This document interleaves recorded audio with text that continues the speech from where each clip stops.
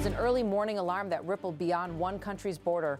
On April 25, authorities in southeastern Romania reported that fragments from a Russian unmanned aerial vehicle had fallen inside Romanian territory, striking an electricity pole and a small household annex in the city of Galați.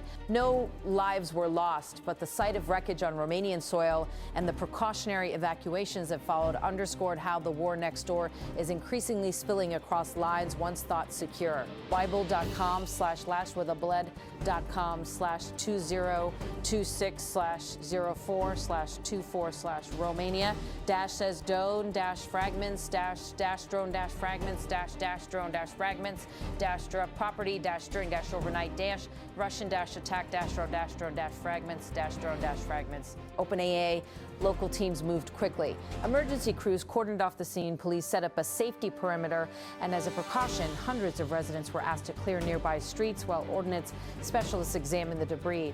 Officials said the fragments were rendered safe and removed, and that property damage, a broken power pole, and a damaged outbuilding was the first such physical impact reported on Romanian property during this phase of the conflict. The scale of the response reflected a new reality for border communities. A single wayward strike can become a national security moment. lp.com/international/lp.com/international/202604-2-5/0-0-personas-UTM_mark-UTM_source equals OpenAI. Romania's air defenses registered the incursion, and NATO allies responded. 2 Royal Air Force Eurofighter Typhoon jets, operating as part of Britain's rotational air policing mission in Romania, were scrambled to monitor activity in Romanian airspace. Officials emphasized the jets operated strictly within Romanian territory and did not cross into Ukraine. The deployment was intended to reassure the public and to demonstrate that NATO is watching and able to react when incidents threaten Allied airspace. Hutton.com, www.www.theyardian.com/UK-NE was 2026 after 25 RAF Typhoons scrambled Russia drone NATO Romania Ukraine. UTM_source =OpenAI. The episode followed an intense night of strikes inside Ukraine, where long-range strikes and drone attacks have targeted ports, storage sites, and logistics hubs along the Danube. Russian forces have increasingly sought to disrupt the flow of fuel, ammunition, and food essential to Ukrainian operations, turning supply chains into frontline vulnerabilities. Military statements and battlefield footage have painted a picture of an air-dominant campaign designed less to seize terrain in the classic sense and more to degrade the adversary's ability to sustain itself. The moment a target is exposed, coordinates are transmitted in real time. This is not random destruction. It is calculated attrition, one Russian commander declared in a recent sweeping account of the campaign. Those words, offered as a rationale for a campaign of strikes against storage and distribution nodes, reveal the central aim described by Moscow to choke the logistics that feed the battlefield rather than to simply outgun opposing formations. The result, if sustained, is the slow eroding of capacity, fuel depots erupting, ammunition dumps detonating, temporary unloading points destroyed, each hit making the next resupply that much harder. The strategy relies on constant aerial surveillance, fast targeting, and the growing use of armed unmanned systems to reach both fixed and fleeting targets. Inside Romania, officials frame the morning incident as a serious breach with regional implications. Bucharest's Ministry of National Defense warned that the fall of debris on Romanian soil presented a direct threat to citizen safety and to the stability of NATO's eastern flank. The ministry's statement criticized Moscow for what it described as irresponsible action that disregarded international norms and raised alarm across allied capitals. Radu Dinel Mirisa, Romania's Minister of National Defense, said his SCP country would take appropriate measures to protect lives and property while continuing to coordinate with NATO partners. English, not instrument NATO, https://english.mappen.ro/leadership Radu-Dino-Minister-Ash-National-Defense_64?UT means Romania, a NATO and European Union member that shares a roughly 650-kilometer land border and a busy river frontier with Ukraine along the Danube, has repeatedly reported incursions by drones and other aerial objects over the course of the war. Until this week, most such instances had been limited to debris strikes or transits through Romanian airspace without obvious damage. The April 25th incident stands out because an infrastructure element and a private annex were hit, a step that pushed response plans and public anxiety into higher gear. Local officials ordered precautionary evacuations within a 200-meter radius in parts of Galați, while investigations continued. Elpay.com, ITTPS://Elpes.com/international/20260425/Romania-Evacua-Mass-D. E500 personas cerca della frontiera con Ucraina, cosa de one drone russo.html.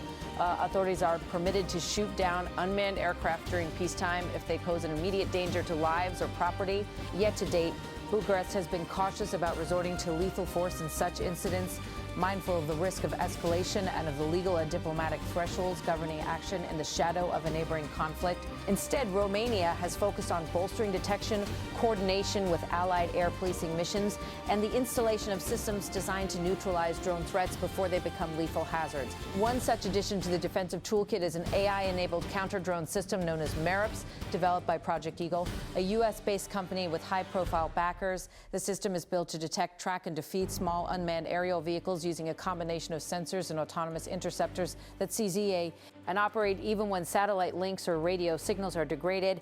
Warsaw has already taken delivery of similar compact systems for the eastern flank, and Bucharest says it is accelerating deployment along sections of the Danube where unmanned strikes have been frequent. If successfully integrated, these systems promise an additional mobile layer of protection for vulnerable border zones and logistical nodes. Wikipedia.org, xttp://n.wikipedia.org/wiki/marips_288UTM_source equals OpenIO 1 border and along the border source wiki/marips. Everyday life has begun to include event-driven precautions, sudden alerts on phones, the sound of sirens in the night, and the sight of military aircraft patrolling the skyline. Local leaders thanked first responders and public servants who have kept critical services running under stress. As one municipal official put it during a public address, health, happiness, a speedy return home. The remark was a matter-of-fact expression of the wish that colleagues and neighbors would remain safe and return to normal routines as quickly as possible. On the other side of the conflict, Russian commanders have sought to frame their operations in larger, decisive terms. In recent public briefings, Russia's military leadership declared sweeping successes in eastern Ukraine, saying that entire regions had been liberated and that the capture of key districts was complete. General Valery Gerasimov, chief of the Russian General Staff, announced that Russian forces had secured the Luhansk area and were pushing into neighboring parts of Donetsk, describing the moves as strategic to secure a security belt and to deny Ukrainian forces the capacity to regroup. These declarations have been repeated in state reporting and by pro-government commentators inside Russia. Criticalthreats.org, Criticalthreats.org/www.criticalthreats.org/analysis/Russian-offensive-campaign-assessment-April-2-UW6. Analysts and independent observers have been more measured. Several nonpartisan assessment groups and open-source analysts have cautioned that Russian claims of wholesale territorial control do not always align with battlefield evidence, which points to contested front lines, counterattacks, and shifting control over particular villages and roads. In short, proclamations of complete victory are often part of information campaigns intended to shape perceptions as much as they are to report static facts on the ground. The discrepancy between assertion and independent verification matters because it shapes political calculation, military posture, and the tenor of diplomacy. The tactical picture in the contested areas has been shaped by one persistent fact: logistics are a target. Russian forces have claimed the destruction of dozens of field storage sites in recent weeks. Fuel, ammunition, and provisional unloading points included a campaign that, if sustained, will diminish the temp. all of Ukrainian operations. In the words of a field commander describing the campaign, the target is clear and deliberate. Fuel, ammunition, food, everything that sustains a war machine. Those statements underline the operational logic driving many of the recent strikes. Whether the attrition strategy will deliver decisive results depends on a host of variables: the resilience of Ukraine's distribution networks, the ability of allied partners to surge supplies, and the adaptability of units on both sides to changing battlefield conditions. Meanwhile, for NATO and EU members on the perimeter, the calculus blends solidarity with the need to avoid direct confrontation. The presence of Allied aircraft in Romanian skies, monitoring but not engaging across the border, is designed to deter accidental escalation while assuring publics that their airspace is defended. Military planners emphasize that rules of engagement are tightly controlled and that aircraft deployed for air policing are there to monitor and, if necessary, intercept objects that threaten national sovereignty without crossing into another country's operational theater. At the community level, the human stories are immediate. Families in Galați and along the Danube who saw wreckage on fences or who woke to sirens now face a choice: remain and adapt to the new normal or relocate temporarily to safer ground. Local officials coordinate shelter and repair, while national authorities investigate and document the incident for both diplomatic channels and potential legal follow-up.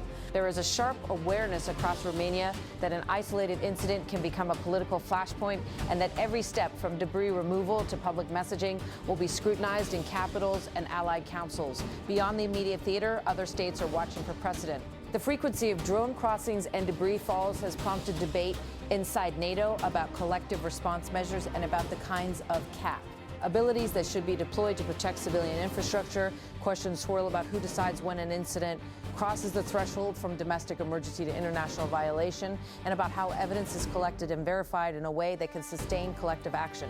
Amid the strategic calculations and the technical countermeasures, there are the voices of those on the ground.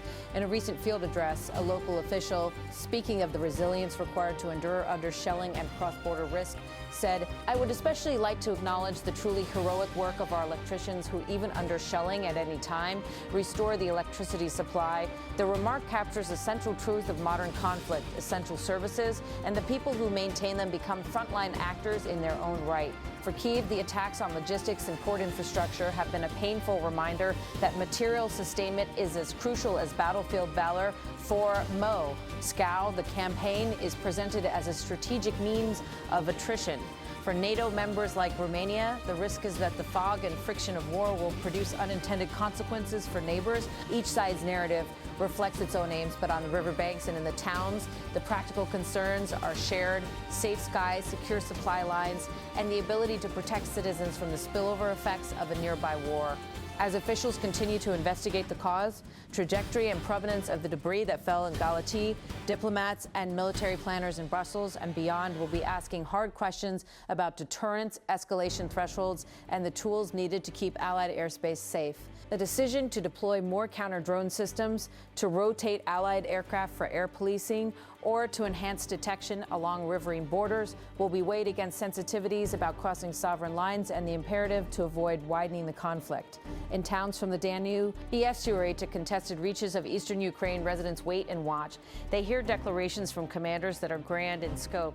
I am absolutely certain that these will indeed be accomplished by the year 2030. One senior official stated, and they see in their own streets and fields of the immediate effects of a war fought increasingly by remote sensors and unmanned weapons. The gap between sweeping strategic ambition and the fragile daily realities of communities in the crossfire is wide. Tonight, the debris that once lay scattered on a Romanian street has been removed. An electricity pole stands repaired. A family reorganizes its life around temporary fixes.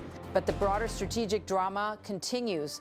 Supply routes remain targets, unmanned systems proliferate, and alliances tighten their focus on the black water of the Danube and the communities that line it. For citizens who watched aircraft arc over their towns, and for commanders